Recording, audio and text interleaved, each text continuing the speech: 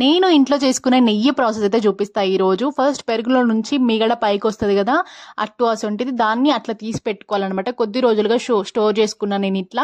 దాన్ని ఒక పెద్ద గిన్నెలో అయితే వేసుకోవాలి. దాంట్లో కొంచెం కూల్ వాటర్ యాడ్ చేసుకొని బాగా అంటే కొద్దిసేపు అయితే పక్కన పెట్టుకోవాలి. పెట్టుకున్న దాంట్లోకి ఒక కవ్వం లాంటిది తీసుకొని నేను చూపిస్తున్నట్టు దాంతో చిలకాలన్నమాట. మిక్సీకి కూడా వేసుకోవచ్చు, తొందరగా అవుతుంది. కానీ నేను ఇట్లా కూడా చేస్తా అప్పుడప్పుడు. సో ఈ ప్రాసెస్ అయితే మీకు చూపిస్తున్నాను. అండ్ మా హస్బెండ్ కూడా నాకు హెల్ప్ చేశారు. ఆయనకి ఇట్లా చిలకడం అంటే ఇష్టం అన్నమాట. తర్వాత అయితే మజ్జిగలో నుంచి వెన్నె సపరేట్ అయిపోతుంది. దాన్ని ఒక ముద్దలాగా చేసుకొని వాటర్లో వేసి అయితే వాష్ చేసుకోవాలి. ఎందుకంటే ఎక్కువ రోజుల నుంచి స్టోర్ చేసుకుంటాం కదా. నేను తొందరగానే చేసుకుంటా, కొద్దిగా చేసుకుంటా పాప కోసం. సో దీన్ని అయితే ఒక గిన్నెలో వేసుకొని వేడి చేసుకుంటే మనకి గీ రెడీ అయిపోతుంది అన్నమాట. ఈ గిన్నెలో నేను ఎప్పుడు అంటే హాట్ ఏం చేయను అన్నమాట. అండ్ ఇట్లా మరుగుతుంది అన్నమాట తెల్లగా.